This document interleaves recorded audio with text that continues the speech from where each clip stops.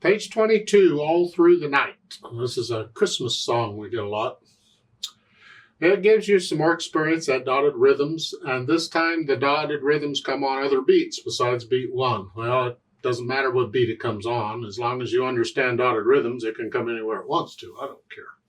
Well, I'm not going to put too much emphasis on that. Let's look this over and see what we got. It's 1 page long, treble and bass clef, 1 flat in the key signature. So this is in the key of F major. Make sure you go do them scale on F major. Got a video on it. You've heard it before. Okay. 4/4 time signature. And let's check out the hands one at a time. Make sure we have the fingering and rhythm and everything. Okay. In the right hand, you're starting with 4th finger here. You don't need any of these other finger numbers until you get to the 3rd line, because you're not moving around. You're right here for the first 2 lines. And please don't be reading finger numbers. Read the notes. So it's here. So it's 1 and 2 and. Remember, the quarter note gets a count. The dot gets half of the count, half a count. So it's 1.5 counts, and then the 8th note. 1 and 2. The dot comes on beat 2. 1 and 2.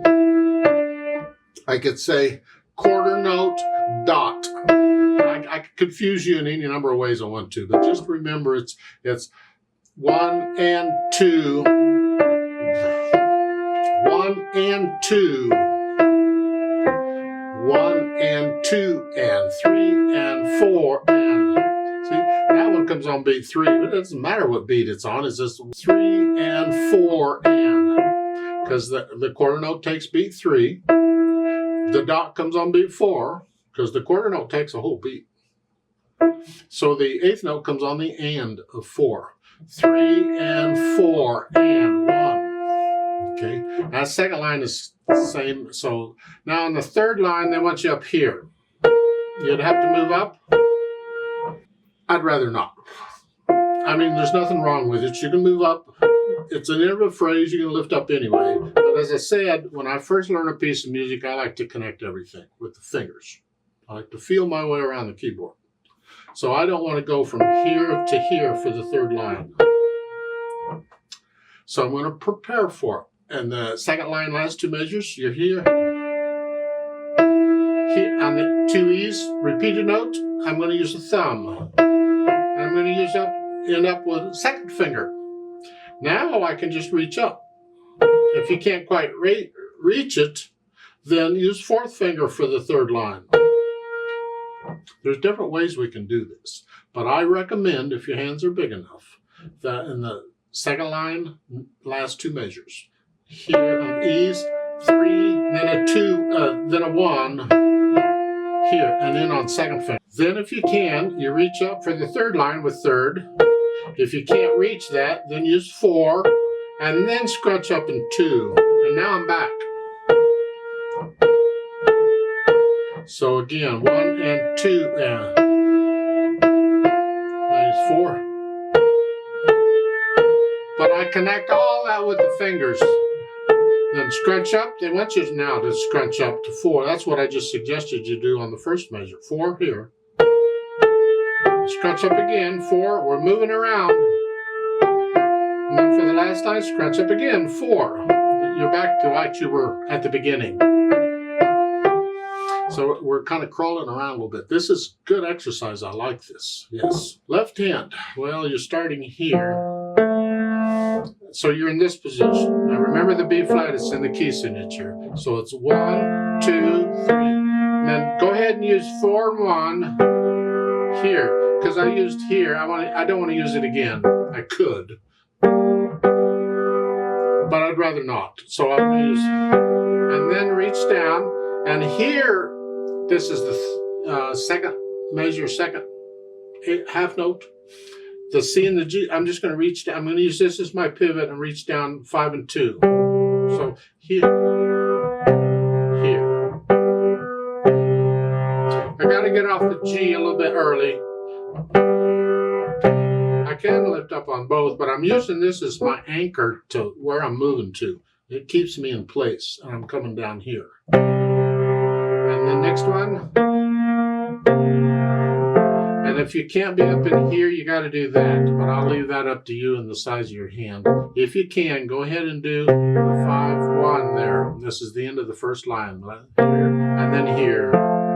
That's fine. We're using thumb twice. We do that a lot. We just, sometimes you have to. Then, second line, come back up to where you were.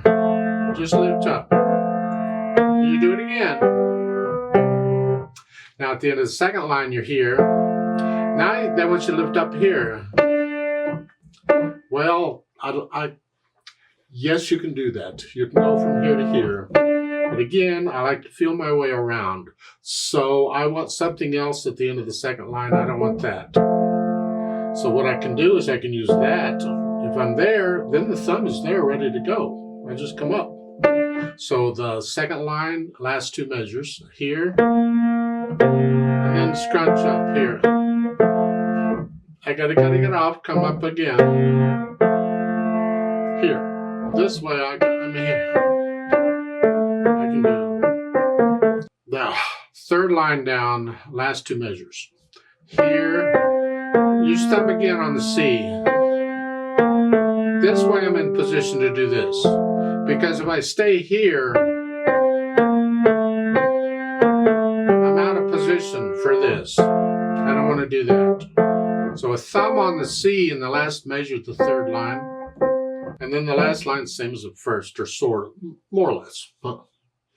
Put the hands together, and again, when I put the hands together, I hesitate all over. I don't care. I just want to know which fingers in the hands are going down. Here, and then here. And then here, and then here, and here, here, and then again. Okay, end of the second line, last two measures. Second line, I'm here. See, now I'm ready to go up. I'm here. And this is weird here in the third line because that rhythm's the same. They've got quarter notes on each hand, but you're using the different fingers. You're playing different notes. So here it's a D, B flat, and then a C. Now I'm fourth fingers, and then here, and then here. So you have to work out it because it's a little weird at first when you're using different fingers in the hands. It took me a while. But you work it out, get the hands together, and then go back over any trouble spots, probably the whole thing, and get rid of the hesitations. Shouldn't take more than a few hundred times, but you get it. No hesitations. Don't allow the hesitations to stay. Get rid of them. It's important. Then we can add the articulation. And here we got the phrasing in the right hand.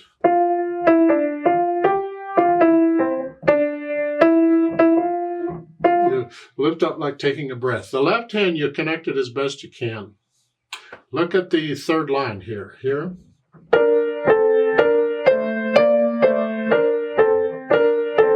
So I'm lifting up, but I'm connecting the left hand.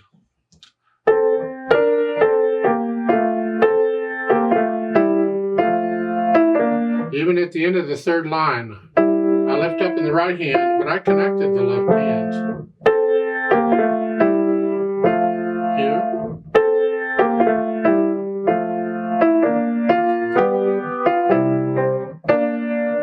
So put in the phrasing in the right hand, and then we add the dynamics. Well, P for piano at the beginning, that's the melody. Softly, gently. Well, I added the gently part. It's soft here.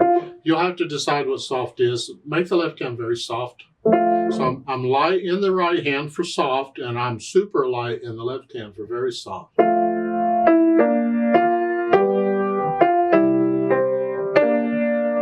Then when you get down to the third line, they want this even softer. PP is pianissimo, or very soft. You'll have to decide what that is. But that means the left hand has to be really soft. Last line, back up to soft like you were at the beginning. Then the speed. Andante is kind of a nice, pleasant stroll. Not slow, just a pleasant stroll.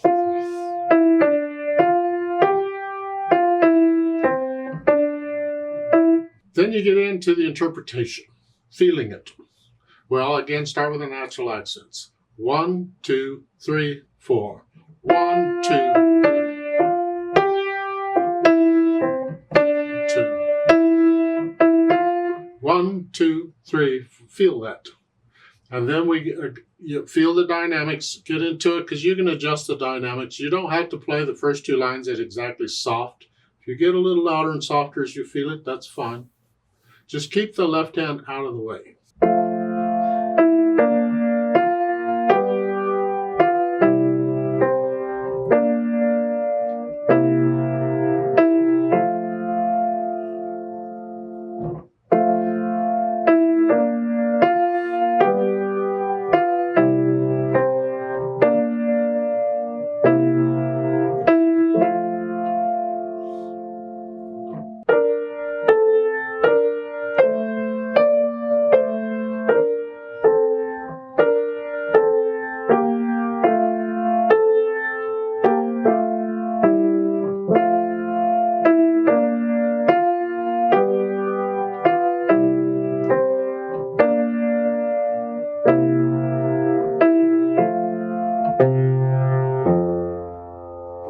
And the last measure here in the left hand, you can just lift up and come down if you want. So the last two notes is 1, 5. You're here, here. You can use 2, 5 if you'd like. So you're using 1 and 2 on these two notes. Use whichever one you want. Whichever. Let's play this together very slowly and check the notes and the rhythms. I'm not going to do any dynamics. I'm going to play both hands about the same because I need you to hear the notes. We're not performing it. We're just checking notes and rhythms. But I will lift up for the phrasing in the right hand. So I'll give us 4 counts. 1, 2, ready, go. 1 and 2.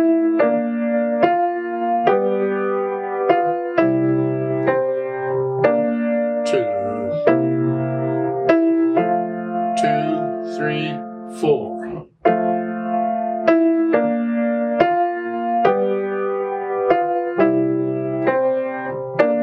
2, 2, 3, 4.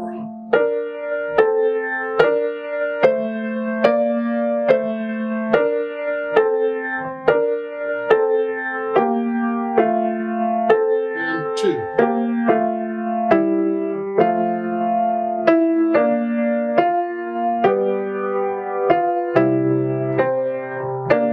2.